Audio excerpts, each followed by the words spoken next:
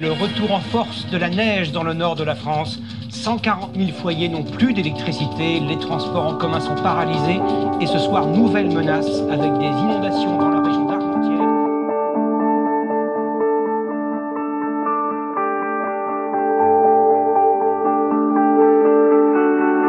La neige vient se poser sur le câble et après enfin, le câble se tourne, donc ça fait un manchon, ça fait des manchons de gros diamètre et ça fait du poids et après avec la surcharge, le matériel casse.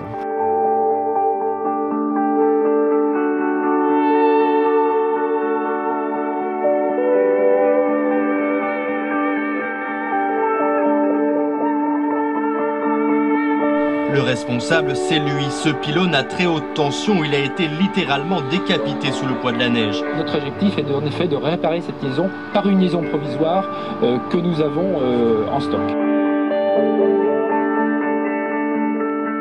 On était prévu sur un chantier de maintenance courante en fait, et du coup je suis parti directement au poste d'Épinette.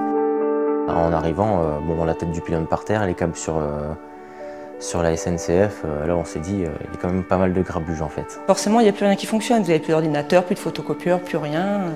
Donc au bout d'un moment, on a pris la décision de partir et de rentrer. Les batteries des matériels informatiques se sont épuisées. Les portes ouvertes à commande électrique sont restées ouvertes. Il a fallu renvoyer le personnel. En fin d'après-midi, début de soirée, on était sur place. Les gens ont travaillé très tard pour simplement mettre en sécurité l'ouvrage pour pas que ça s'aggrave. Tout était enneigé, le fait de rien voir au sol et puis la nuit commençait à tomber. Donc c'était vraiment des conditions extrêmes. Là, il n'y a plus rien, mais vraiment plus aucun bruit. Et il y a un moment, je me suis sentie très seule. Très seule, plus en plus du lundi, toute cette neige qui rajoute...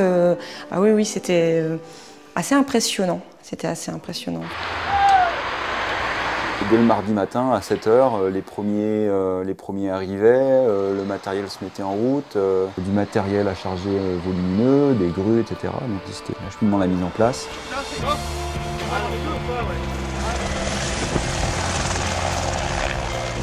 Dès le mercredi matin, on a commencé à assembler le matériel, toute la réalisation des études. On a fait travailler les hélicos puisque les terrains sont très boueux et on n'a pas pu accéder avec les nacelles et les grues comme on voulait. Et il a fallu mettre des charges de 40 tonnes ou 50 tonnes par pied de mât.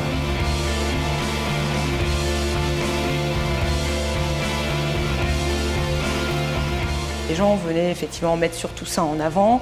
Tout d'abord les problèmes de congélateur, ou alors c'est rigolo aussi même par rapport à nous dire « Ah, vous avez du chauffage », alors qu'en fait, pas du tout, puisque moi j'étais aussi là-bas à mon bureau avec mon manteau et j'avais froid comme tout le monde. Ça crée un malaise auprès des clients en particulier à qui il fallait du mieux qu'on pouvait, avec quelques téléphones portables, expliquer la situation.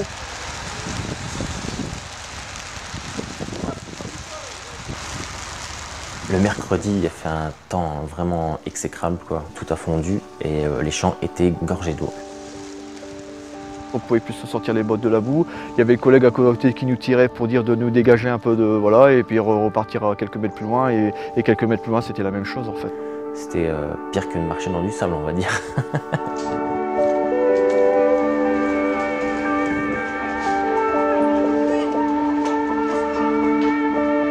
Franchement, quand on voit ce qui s'est déroulé, même l'équipe de Béthune, Champagne-Ardenne et Flandre-Rhénault, et le STH, c'est impressionnant, quoi. On avait l'impression qu'ils avaient toujours travaillé ensemble.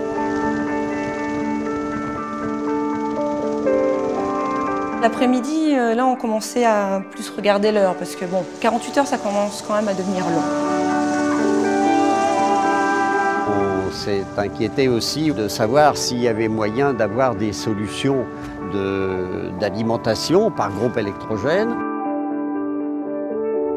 Il y a des moments où le stress est super moteur, ça donne envie de se défoncer. Et puis il y a des moments où le stress est plus fort, on n'y croit plus. C'est des hauts et des bas, c'est cyclique en permanence.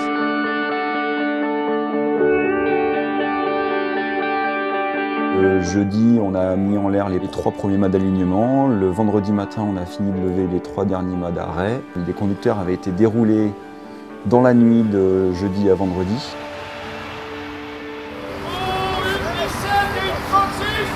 Il a fallu aussi donc, gérer la voie LGV, donc avec le passe-câble qu'il a fallu installer, donc avec les consignations de nuit. Et là, je suis encore à bon 15 mètres du sol.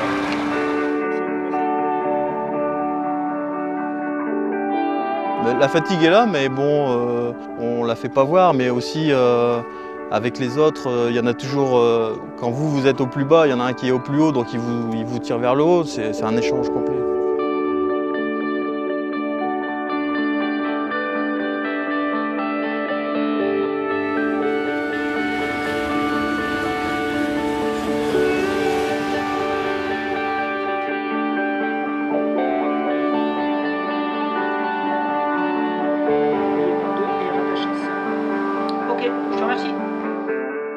Et d'un seul coup, c'est revenu. Alors, comme finalement, on s'aperçoit qu'on n'a pas forcément pensé à tout éteindre, c'est assez rigolo, parce que d'un seul coup, le photocopieur qui se met en route, toutes les lumières qui s'allument. On retrouve la chaleur de l'entreprise sur tous les plans. C'est bête, hein, mais d'un seul coup, vous avez l'impression de redécouvrir quelque chose. Parce qu'on s'est fait « Ah, mais vraiment, on a eu ça sur le visage. »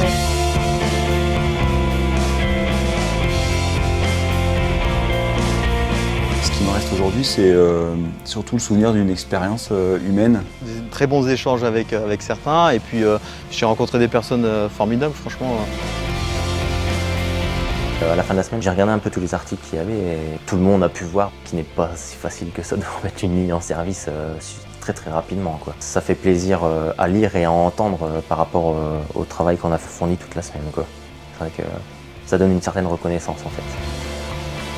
Puis le dimanche, je suis même allé sur le terrain avec ma femme et mes enfants pour leur montrer ce qu'on avait fait cette semaine. C'était aussi une façon pour moi de boucler le truc et puis aussi de partager avec eux parce que j'y ai mis pas mal d'énergie. Voilà, c'était important pour moi.